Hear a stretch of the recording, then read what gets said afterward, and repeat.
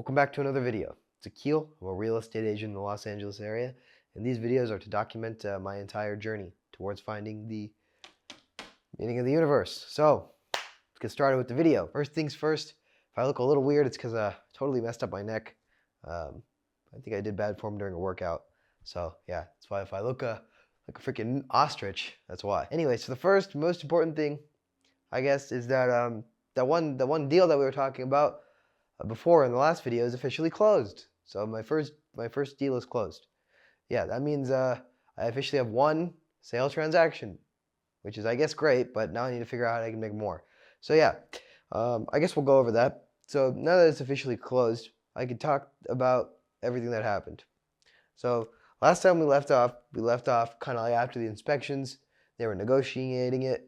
It came to a close. Like the negotiations came to a close, and when they were ready to essentially just wait until the final day of closing and the final walkthrough as well, and close. So basically, once the negotiations with the repair requests were completed, what happened next was, well, there was some disclosures to finish off signing, and then they obviously the seller had to make a few repairs that they ended up making, and essentially we just had to kind of wait until lender and escrow, obviously, they do their things, and then, kind of closer to closing day, maybe like a few days before, we did a final walkthrough. So the final walkthrough, I think it was like 1 or 2 days before.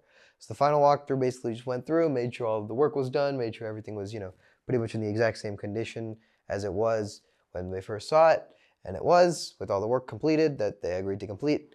And yeah, everything was pretty much smoothly completed, and everything was good.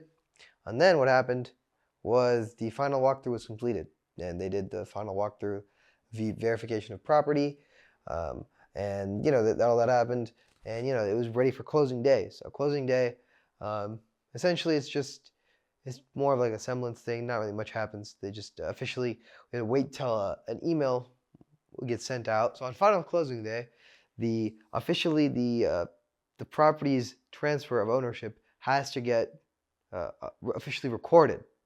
So that happens at the county recorder's office, and none of us actually go there. I think the title guy ends up actually going to the county recorder's office and gets it recorded. And then an email gets sent out sometime in the afternoon, generally. For us, it was around 12. And an email gets sent out like, hey, we're officially closed. It got recorded. Yeah, officially the new owners have been decided. So the listing agent gave me the keys. And I met the buyers, and I gave them the keys for the final closing, as well as the closing gift, which I gave them a cutting board with their names on it. I'll probably put a picture up in the video. It's like a cutting board with engraved with their names and the year that they bought the house in. So yeah, it was a pretty cool gift, I think. I think they liked it, hopefully. And yeah, after that, what I need to make sure for next time is I need to make sure to, well, I didn't really realize, I didn't really realize that we had to wait until the email was sent out. So listing agent isn't officially allowed to give me the keys until the email is sent out. So we originally planned to get the keys, like around 10 or 11 in the morning. But since the email wasn't sent out, I just told them, okay, let's just reschedule it to 3, since there's no point of, like, we don't want to sit there in the house and just wait for an hour until we get there, or whatever, however long it takes until we get the confirmation. So let's just wait until later in the afternoon, where we most likely will have the confirmation at that time. So I wish I had known that in advance, because it did just like scheduling things, some parochial things that I wish I would have known in advance. But now I know. So for next time, I'm more prepared for what happens. And originally, I also thought there was gonna be some signing on closing day, so I misinformed. I was misinformed, and I thought there's gonna be some signing or something, but there's nothing in California. Basically, just like closing day is just like, I don't know, just like a kind of like a happy day, I guess. Nothing really happens. It's just kind of, they just get the keys. That's it. So let's go to the next topic. So I officially closed. I sent out a mailer to the entire area. What did I do? So I posted about it. I sent a mass email out. I sent a mailer out. So I made a postcard. It says just sold. I'll probably put it up in the video. And in this mailer, it also has a QR code just of other things sold in the area. And yeah, it just has my face on it and the pictures of the property. So I sent that out, about 500 of them. Cost like about $380. That's the cheapest I could find. It was through the Compass website. They're linked with like affiliated with Express stocks. So it's through that, and yeah, $380 for 508. 507 were going to the area, and then one was going to me. So yeah, that was that. And then yeah, I sent out the mass email. I did everything I could. And a good thing to notice is that if you're ever in a similar situation, make sure to tell escrow your wiring information, because nobody wants to wait for a check to come in and then you get your commission. That takes forever. So if you just give them your wire information, they wire it the second it's closed. So I got it the same day, actually, the commission amount. Yeah, it's pretty good. So I'll probably go over the exact commission amount later, probably at the end of the year, because that'll just be easier. I'll just go through every single thing I made and what I made, and yeah, it'll just be so much easier that way. Instead of like individually saying it, and I'll just do it all at the end of the year, what I made for this year or something like that. And then after I did that, now I made a flyer. This one right here, actually. I'll probably pull it up in the video too. But this one right here, I'm gonna go around and knock. I was supposed to do it today, but my neck was hurting too much, so I couldn't move this morning. Yeah, this I'm gonna go knock around the area that I just sold it at. So yeah. Now in terms of door knocking, so yeah, we're going to the next topic, door knocking. So let's go over door knocking. So first of all, I started door knocking with Danny 3 weeks ago, and we've been door knocking consistently together. Who is Danny, you may ask? It's this guy right here. I'll probably pull it up in the video because I doubt you can see that. But anyway, he's a great guy. I've referenced him before, but he's a colleague that works in my office and on the same team that I'm on. He's a really good speaker, and yeah, he actually used to do public speaking and stuff like that. And he also used to stand-up comedy, so he's really quick on his feet with in terms of comedic purposes. And yeah, he's really good with getting along with people. So yeah, we started door knocking together, and we were door knocking together for the last, like, I would say 3 weeks or so. It's been pretty good, honestly. We changed the flyer too. So I already told you I changed up my flyer once from this to this. But now I changed it from this to this. I'll pull it up on the screen so you can see better. So this new flyer is even better than the other ones. And the reason for that is because this flyer has more value than before. So the flyer, so when we were door knocking, one of the neighbors told us, you know, I I really like your guys' your attitude, but I'm definitely not going to keep your flyer. I have this other realtor that came by, and he gave me contacts of home repair people, and I just keep that on my refrigerator. And you know what? He's the first person I'm going to call if I have any real estate needs. And you know what? We really got thinking of that. We decided we were going to be the first person. So we got Danny has a good, since he lives in the area and he has a house, he actually has a good amount of contractors, electricians, plumbers, handymen, roofers, stuff like that. So we put 6 of them on a list. And now we give that away as our main part of our flyer. And then the backside is well, I never put the backside on this wall, but the backside is pretty much the generic backside it used to always be. With like the market, like how's the market, the marketometer, and then the mortgage rate and the MLS data. That's on the back, as well as obviously our faces. But anyway, yeah, so that's the new flyer, and I think so far so good. As in, like, obviously I haven't gotten any calls. Hey, list my house, but you know, I think more people like that type of flyer because more people seem like, oh, thank you for giving us that. Like, as in more people seem to be like open to the idea of receiving a flyer when it has that type of information. Also, I realized, you know, people really do keep flyers and stuff because, you know, I was door knocking and there was a person who had, so I door knocked this area at Hancock Park. Now this is my 4th time going, and I went with Danny this time, but the 3 other times I went alone, this person had the first ever flyer that I ever handed out over there. So we're talking like maybe almost 7 months ago now that this person still has my flyer, and they showed it to me. It was crazy. It's totally crazy. I was like, wow, that's awesome. It's just like, I don't know, it's like, it's pretty cool when, you know, you go around and you see that type of stuff. You know, it's also pretty cool when you go around and there's certain houses that are just obviously vacant, or they're like, I don't know, they're like tear downs, maybe they're waiting for permits, I don't really know. But you see your flyer from multiple times ago still there, like where you left it. I've seen that multiple times. It's pretty cool. I like that as well. And also our script has changed. So obviously my script used to be really generic.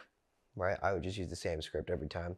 When we started doing it with Danny, when I started doing it with Danny, his script. I mean, while it's similar every time, it's more it changes in the sense like he's more it's more versatile, and he just kind of like changes it to the person that he's speaking to. Uh, but in general, what we normally say is, hey, I'm Akhil, this is Danny. We're both realtors with Compass. We just wanted to let you guys know about some home repair people that we know and trust. If you guys have any home repair needs or anything like that, they'd love to help, as well as some market data on the back. If you guys have any questions about the market, we know there's a lot of changes going around. So, we'd love to be a resource for you. And we hand them the flyer. And then after that, we say, have you guys had any thoughts of like buying, renting, blah, blah, anything like that? And if they say no, then we're like, you know what, it's all good. If you or anyone you ever know has any questions about the market, we'd love to be a resource for you. We know there's a lot of changes going on, so we're here to help. Something like that. So this, I think, it's pretty good. I guess overall, it conveys the message pretty good. Obviously, in a general sense, the conversions are still pretty similar in terms of it's still about 1 in 200 to 1 in 250. My conversions currently all time are 1 in 270. With Danny, it's a little bit better. It's 1 in 200 or so. It's like 1 in 198 so far. And I think currently I've knocked about 10,000 doors. It's like 955 on my own, about 500 with Danny. So it's about like 10,000 doors that I've knocked now. And, you know, what I'm seeing is like I've always, so it's been about 8 months now that I've consistently door knocked, like genuinely consistently door knocked. I haven't closed anything from door knocking yet, right? And that's like the one thing where I'm like, that's kind of it's like, it's been 8 months, so it's like, it's a pretty decent sample size, but I would say like maybe 4 of the months I probably sucked. So you could maybe say about 4 of the months I've been doing pretty decently, but still, 8 months is a pretty big sample size. So yeah, I haven't converted anything, but I've gotten a ton of leads out of it, right? I've gotten like at least 30 people to give me their contact information. It's probably a little bit more, obviously. I got to get the exact number, but most people give me their contact information. And my only technically closed deal was the one lease that I just got paid for. So quick up, a little bit sidetrack. There was this one lease that I was talking about, my first ever MLS lease, and this happened in December. Basically, this lease got closed sometime in December, and would you believe it? They finally issued the check about 2 weeks ago, and it finally hit the thing today. Actually, they received the check, and they Compass like accepted the check or whatever, deposited into their account. So I'll get paid within a couple days. And we're talking 6 months. And guess what? The check that they gave me was $12 off. As in, they deducted. It's supposed to be $612 that they give to Compass. They only gave $600.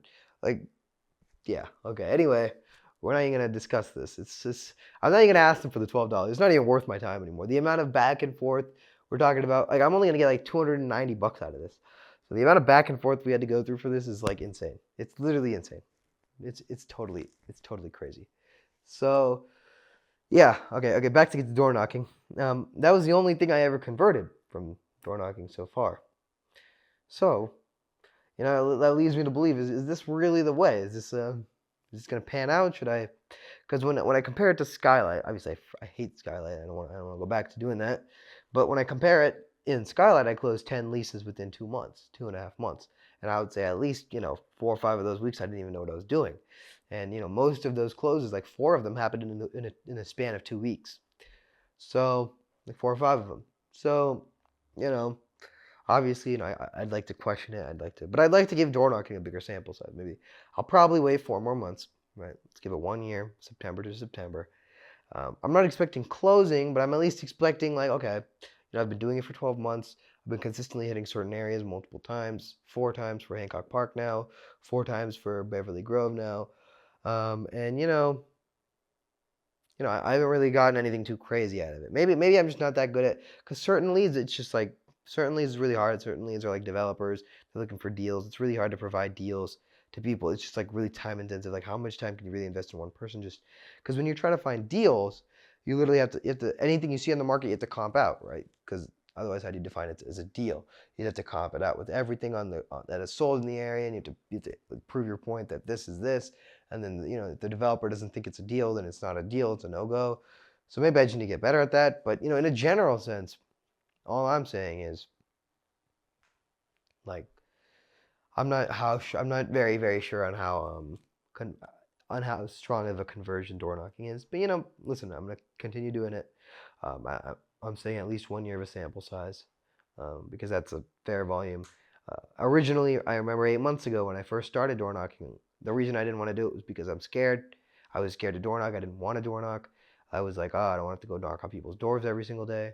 But now 8 months in, 10,000 doors later, I don't feel that way anymore. To me, I'm not like, I don't have anything against door knocking or anything like that. I actually like doing it. I look forward to it, especially when it's with Danny. It's honestly a pretty fun experience. I happen to be laughing at least 50% of the time because Danny's, like I said, quite the comedian. But anyway, yeah, I mean, in a general sense, I actually like door knocking a lot better than like Skylight. But at the end of the day, it's whatever gets me closest to this. So if I got to pick up back Skylight, then that's what I got to do. But anyway, do whatever is required, like Alex Ramosi says. Oh yeah, also I want to talk about 3 things. Well, actually, it's more like 2 things, but kind of 3 things. So the first thing is farming tool. So during my last team meeting, team meeting is where Jenny, my team lead, calls the entire team to have a meeting. Sometimes she brings in another person to speak just about like something like farming. In this case, she brought a title person from like a title company that we work with. So this title person, right, came in and showed us a farming tool that they offer. It's like a farming tool where you could see the turnover rate of an entire area. You can draw like a polygon on the map and then see like the turnover rate of that neighborhood and see the amount of closes in that area in the last whatever X amount of years to the number of homes in that area. This has been very, very useful for me because there's no way for me to see, like with Google Maps, for example, there's no way for me to see how many homes are in a neighborhood. I can see how many sold on the MLS, but I can't see how many homes there are. I can't see the number of homes, so I had to physically just guesstimate it by counting each street of houses. So if there's like a box of houses, okay, I'm just going to count this street, this street, this street, this street, and this street, and then that'll give me a total amount of just an estimate of how many is in there, and I can just estimate the turnover rate based on each area. But with this, it gives me the exact numbers, the exact amount of houses, everything. So it's been a real lifesaver. And then from what I noticed, pretty much every single area I was knocking is not that great for turnover, about 2 to 2.5%, 3 at the most, which is not great. It's really not great, right? The title guy was saying, like, you need at least, you want to be looking for at least a 4 to 5% turnover rate, which is almost impossible to find in single family houses. I've looked everywhere, right, all over LA, and I just can't find that to have a pocket for that to have a turnover. So that led me to try condos, right? So there's condos, and condo buildings have a very, very high turnover rate. Some have 7%, some have 8%, some have 6%. So me and Danny decided, you know what? What's the harm? Why don't we try door knocking condos? So I made flyers for condos, and we went over to a condo complex and we started knocking. And guess what? Within the first door, we realized that we had made a huge error. And that was the first person was about to report us to the HOA. So what we didn't realize is condo people really, really, really cling to their HOA and cling to the rules and regulations of, the condos. So, we decided, okay, let's just cold call a bunch of condos and see if they'll let us door knock in there. And what we did was we'd say, so we cold called condo complexes, and we'd say something like, hey, I'm Akhil. We're real estate agents in the area. We actually listed a few properties in your condo complex in the past. Right? Compass has listed everything everywhere. So, if we look back in the history, maybe 10 years ago, Compass listed something there. So, it doesn't matter. We can just say that. So Compass has, listed something there in the past. And a couple other condo complexes in the area just allowed us to pass out some information. Just pass it out, just to be a resource. Nothing, no soliciting, no asking about buying or selling, but just passing out, information about the market and, and just what's going on in the area, just that the condo owners are informed. And that was what we used for a few different condo buildings. And one of them said, yeah, sure, you can pass out some information about the market. So this was a full service building in Westwood. I would say about maybe 150 units. So we went into the building, right? And, we talked to the front door person. The front door person was like, really? They accepted that? All right, whatever you say. If they said yes, that's going to be fine. Go ahead. And you know what happened? We went up there. We started at the penthouse, of course. Penthouse, top floor of this awesome condo building. We started top floor. We started knocking. And we immediately realized that this is really risky. Like a lot of these people were just immediately saying, what are you guys doing? This is a full service building. How are you guys up here? We're gonna report this to the HOA. And some of the owners were part of the HOA, and one of them came downstairs and started talking to the front door person. And yeah, it just I don't think condos are gonna work for door knocking, to be honest. They just it's not a good thing. So we door knocked about like 40 doors. We left flyers, and the rest of them we just left. Yeah, I think we had about 100 flyers. We just left all of them and left. We decided, this is not a good idea. We don't want to get reported to the MLS or like put our team lead in a bad position or something like that. So what we did is we basically just left, and then we started door knocking single families, and we went back to door knocking single families. So yeah, HOAs, you got to be careful with that, and condos, yeah, it's not a good idea, not a good idea at all. So anyway, that's everything to do with door knocking. Next topic. Open houses. Let's go over the first thing. I closed a deal right now from an open house. Okay, that was the sale that you guys know about. On top of that, if you guys look at maybe my Instagram or maybe my Compass page, you might see I just closed into the lease too. Wow, so what? Big deal. You closed the lease. Congratulations, 1 of 12. Well, this is different. This was a $13,500 lease per month. So that I got from an open house as well. I was holding an open house, 911 Harvard Street in Santa Monica. That open house was listed for $16,900 per month, and I picked up a client from there, right? And these clients ended up leasing something else in Santa Monica. Now, what's so great about that? Well, open houses are great. Okay, open houses are great. I know before I was, saying some weird stuff about them, but they're amazing, right? I just closed 2 deals from them. They're pretty close by time, and open houses are definitely really great. So now comes the question: how do I make sure I get open houses every week? Well, last week I found myself in that exact same predicament because the week before that I was looking. Unfortunately, nobody had any listings. The one on Harvard Street, it doesn't get any people anymore because it's super old. It's been on the market for more than a month and a half. So, I'm just like, okay, well, I got to reach out to agents. So I started reaching out to other agents I knew, started reaching out to people in the office. I asked my office manager to send a mass email to everyone. Still no open houses. By the time it was Saturday, I had nothing. I held one with Danny. That went pretty decently, but it wasn't amazing, because it's like, what's more important than the open house itself is the open house that you're holding, which I think what I just said was totally makes no sense. But what I'm saying is, what's more important than holding an open house is holding the right open house, right? Because if you're very selective about the open houses you hold, and you only hold good open houses, that means you're holding the open houses that get you a lot of leads, right? And the good open houses have tons of people that come in that are unrepresented, right? That's very important because a lot of condo open houses, tons of people come in, but they're all represented, right?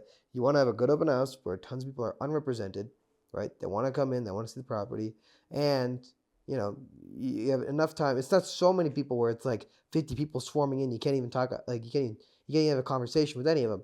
No, you want it to be like, there's about one person every 20 minutes, one person every 30 minutes. There's about 8 people, 12 people coming into the entire open house. So it's a solid open house. You can actually have a good conversation with everyone who came in. They put in their information. You're able to send them stuff. You're able to connect with them. And also, you're not wasting too much time. You don't want to have like an open house for 3 hours and only 2 people come in. That's not the way, right? So what I did last week is I just started cold calling other Compass agents. I just straight up just started cold calling them. Hey, you have any extra open houses? Hey, you have any extra open houses? And I started calling for lease open houses because I just closed that lease. And what I noticed is that most lease people, most tenants looking to lease, they don't have an agent at all.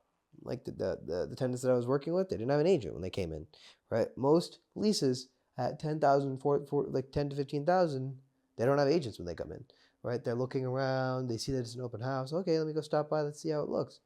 And then you can, help them out. You send them other stuff, you schedule stuff for them. The value add is pretty much simple, They don't have to pay you anything. You schedule everything for them. You send them properties. They don't have to lift a finger. They just say what they like. You schedule the showing. You help facilitate the application. Make sure they get a good deal. Make sure everything is smooth. Just it's very, very simple. Make sure you're going to get them exactly what they want. If there's something specific they want in the contract, then you can help them get that.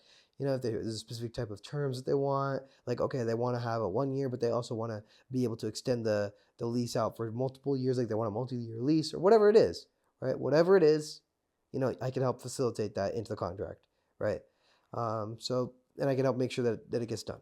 So the value add is pretty simple, and if you can find the right people that are willing to give you their contact information, it's very, very, it's pretty straightforward in terms of that. But the hard part is getting the right open houses. So last week I was cold calling agents, and another agent helped let me hold up in his teardown, and this teardown was in Culver City, and I got like 2 or 3 people from there that gave me their information, were unrepresented. They were on and off looking, but they're willing to give me information. One of them just blocked me after 2 days. The other one only spoke Chinese, so I connected them with a Chinese agent, and I think they stopped responding. I'm not sure what happened. And the third one, they told me that they're fine with me sending properties weekly. They're not totally actively looking at the moment, but I'm willing to send. They're willing for me to send like properties every single week. So if they like something, they'd be happy to let me know. I can get it scheduled for a showing. So now this is like the third or fourth person I have from open houses that are on a weekly basis that I send properties to. So every single Sunday, I have 3 people now, 4 people now that I just send properties to. So that's, in my opinion, that'll eventually convert, right? You get 4 people, if you're sending them properties every week, they take a look at it every so often. That's pretty solid, I mean, in my opinion. So my plan is just to keep holding open houses. I'm holding up in the same teardown this weekend. And I think I think that specific one is good, even though it's been on market for 2.5 months. This one's really good because people come in, they look at the photos online. The photos look like a brand new property because they're all renderings. The price is obviously priced like a teardown, so people think it's a brand new property when they see it online. They're like, "What? A brand new property for 2.3 million? What is going on?" So they want to see it. And they come in and they realize it's teardown, and by that time I can explain to them, "Hey, I'm blah, blah, blah. I'm Akhil with Compass. I'd be happy to help you guys, blah, blah. Let me just send you some other properties that I know you'd love, blah, blah, in your budget, blah, blah." And, I'm able to, try to get their information and hopefully send them some properties. So, now, other than open houses, I do, what I learned is like, because okay, my initial thought process was like, why would I ever hold open houses? I only speak to 10 people. If I could just door knock at the same time, I could speak to 100 people. But the important fact that I neglected to consider or acknowledge was that the people coming to the open houses are warm leads, right? They're people who are on some level, they're interested in real estate, they're interested in the house that you're showing, they're interested in you as the agent to tell them information, right? When you're door knocking on people's doors, they're busy with their own thing. They're doing like whatever they're doing. They're not interested in real estate at that very exact moment, right? It's their cold lead, right? You're just going up. You're kind of like, you're basically chasing the lead. You're forcing them to listen to you, right? And while this like eventually does convert, obviously, over a long enough time horizon, everything converts. Yeah, even though it's these are cold leads, while I do meet more people, they're all cold people. They're not warm people who are interested in real estate as opposed to open houses. So that is an important thing to make sure. And the plan with open houses is to keep holding as many as possible. As many as possible. At least 2 a week, one every week, or one every weekend. At least probably 5, 6 a month minimum is my goal. On to the next topic. The next topic. Where's my next deal coming from? I closed one, but where's the next one coming from? Well, this is what I've been trying to figure out, even while the other one was closing, is, how am I going to get my next deal? Where's my next deal coming from? Because really, in this business, you're only as good as your last deal. As in, you're only as good as the deal you're about to have. So, I need to continue working. I haven't stopped the volume. I've still been consistently door knocking at least 4 to 5 times a week. Last time it was 5. This time it's going to end up being 4 because today I didn't door knock. But still solid, consistently door knocking, consistently holding open houses. Still trying to maximize it. Really, I'm just trying to figure out how I can make door knocking more efficient. I've been trying with this new flyer for the last week. So that's, hopefully within the next few months, I'll see if that actually works out better or what the situation is with the new type of script with door knocking with Danny. Just trying to make it the turnover higher and higher as much as possible. And just trying to maximize it in door knocking. And I really just, want to kind of figure out, I know at the end of the day, the most important thing is referrals. And, the most important thing is just doing your best service. And that's why I always keep customer service at the front, whether it be leases, client sales, just like anything. I try to keep it at the front. Just try to prioritize, helping them, trying to find the best thing for them, trying to be as informative as possible, trying to be the best resource I can. But in a general sense, I do still need some leads, right? Because I currently, my base of people that I've helped is not big enough for me to consistently get referrals from. While I do get some referrals once in a while, I got one, and a couple other. I was about to get another one, but it looks like the other person was represented, so I didn't get another one. But I am getting some referrals once in a while here and there, but it's not enough to generate consistent business yet. So I still think I need to do a little bit better for my clients. There's a lot of things I need to improve. There's a lot of things I need to do better. I need to make sure, like, when they work with me, it's like they have no choice but to tell other people, right? It's like if you go to a really nice restaurant or something, and eat the tastiest food you've ever tasted in your entire life. It's the best food, whatever type of food you like. Let's just say you like, I don't know, you like dosas, right? I eat dosa every day. So if I go to this Indian restaurant and I sit down and I eat a dosa so good that I just need to tell everyone then, like, goddamn, I'm never eating dosa at home ever again. Okay? Screw my mom's dosa. I'm gonna go to this restaurant from moving forward for the rest of my life. Just eat their dosa. They made it so crispy, so good. The mixture was amazing, right? Exactly. So, if it's that good, if your service is that good, right? So good that just people feel like, wow, you really did a good job. Then they'll tell other people, they just automatically. You don't even need to ask them. They'll just tell other people. Just like, I worked with this amazing realtor. He just helped me so much. If you guys are looking to rent, this is the guy to go with. If you guys are looking to buy, this is the guy to go with. If you guys are looking to sell, this is the guy to go with. He's there. He's on top of it. He's always there to answer any questions. He instantly responds whenever I reach out to him. If I want something scheduled, he gets it scheduled. If I need something, he gets it for me. I left a review for him. He's amazing. You got to work with him. If you're that good, and people will refer you without even you asking. So I just need to get better, right? Just need to get better. And yeah,